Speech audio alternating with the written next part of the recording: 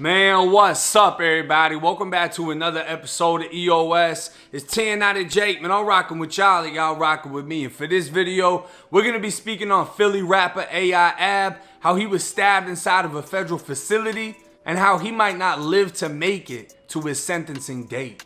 Abdul West, more popularly known as the Philly rapper AI Ab, was recently stabbed inside of the Philadelphia Federal Detention Center. News spread through social media of the inhumane treatment inside the facility as he suffered a serious infection and is being denied medical treatment. 31 days after the stabbing incident, isolated in confinement, he continued to be mistreated.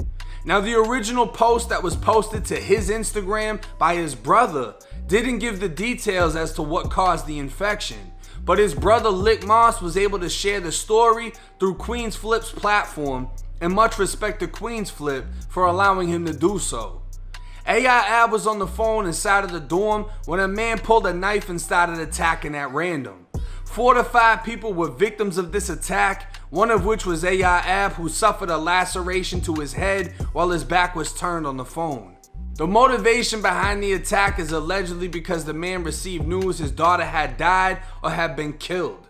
Ab was taken to solitary confinement after the attack, where his condition worsened.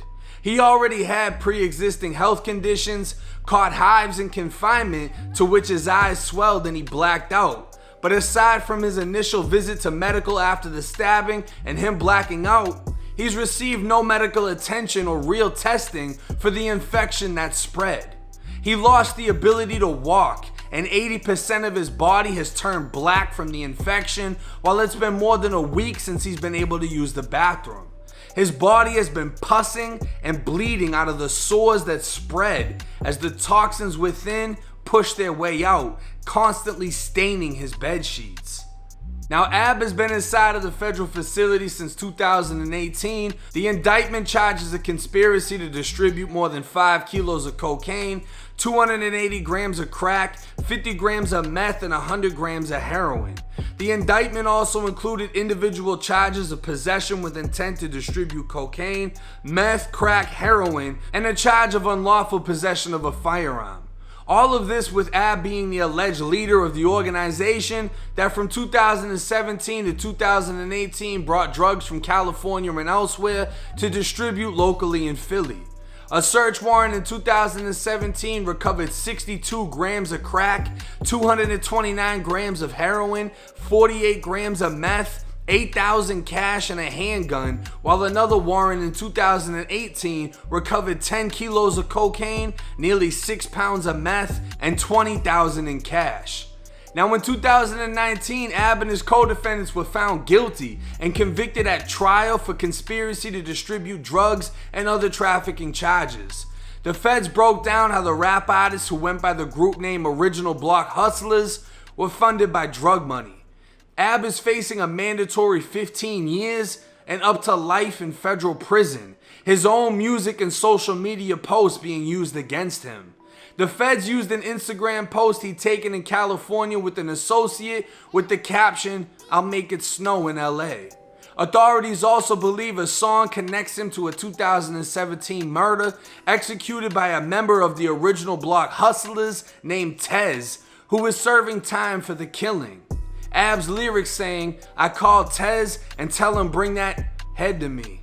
Prosecutors accused Ab of being the one who sent the hit, but Ab maintained his innocence, saying the lyrics were a coincidence, while the lyrics allegedly were written 4 days after the murder. His sentencing has been postponed multiple times, but with his current condition, no one is sure he'll even make it to sentencing. Ab spoke on in a Vlad TV interview how he'd been shot 13 times. He'd survived 37 years in the streets of Philly, and to be facing death when your charges only carry a sentence of life is nothing but illegal. But to the American public and the US government, I ask, do inmate lives matter? Now, I wanted to do this video not only to do my part in speaking on what's happening to him, but speak on the fact that while I was in prison, I've experienced being denied medical treatment, and I've seen people denied medical treatment. And one of the most fucked up things that happens is, if you have something wrong with you and they deny you medical, it isn't a murder. It isn't a homicide investigation. You're written down as a natural death. A death that could have been prevented had the staff actually done their fucking job. And you might not even make it to medical. It isn't always medical that denies you. You'll have COs that'll let you know, listen, you want to go to medical? That's paperwork I gotta write up. If you really want to go there, we're really gonna give you a reason for fucking going there. So say you're sick, you're throwing up constantly, whatever it is, you understand that just to get there, you're gonna be cuffed, you're gonna be beaten, you're gonna be gassed. You're gonna go through hell before you even get to them. You're gonna wish you never did, which causes people, out of fear, to not even seek medical attention in the Florida Department of Corrections. And I'm sure it's like that in other places, other states, even federally. The feeling of uncertainty inside of a cell where you don't have the ability to contact a doctor, you don't have the ability to go to the emergency room, you don't know if when you close your eyes it's gonna be the last time you ever wake up. It's a feeling of paranoia and helplessness that's hard to explain to people that have not gone through it.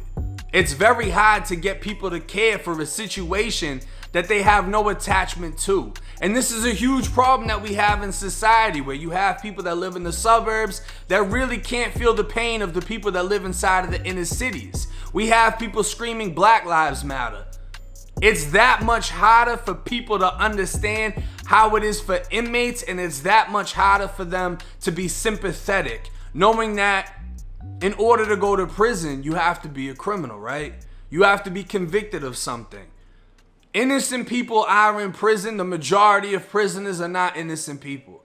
I can tell you that right now. But does that mean it's okay for them to put up with the inhumane treatment that they go through? No, it's illegal. It shouldn't be happening. Unless you are sentenced to death, you should not receive a death penalty. And people will argue, what about the inmates that stab inmates? That shit does happen. What about the people that kill people? It's the same fucking thing. You can't base your opinion on a group based on the actions of some.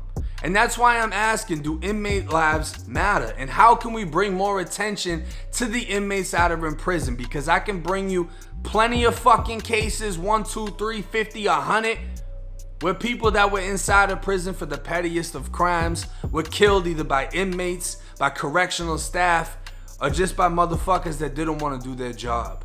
So regardless of the opinion formed on him, on AI Ab, regardless of the crimes against him, nothing he's facing is punishable by death. He should not be facing death while inside of that detention facility. And I'm going to be dropping a link to the same link that he posted, that was posted through his page, so y'all can reach out and we can keep voicing our opinions and fighting for the inmates behind the wall. But hey, it's 10 out of Jake. I'm rocking with Charlie, y'all rocking with me. Till next time.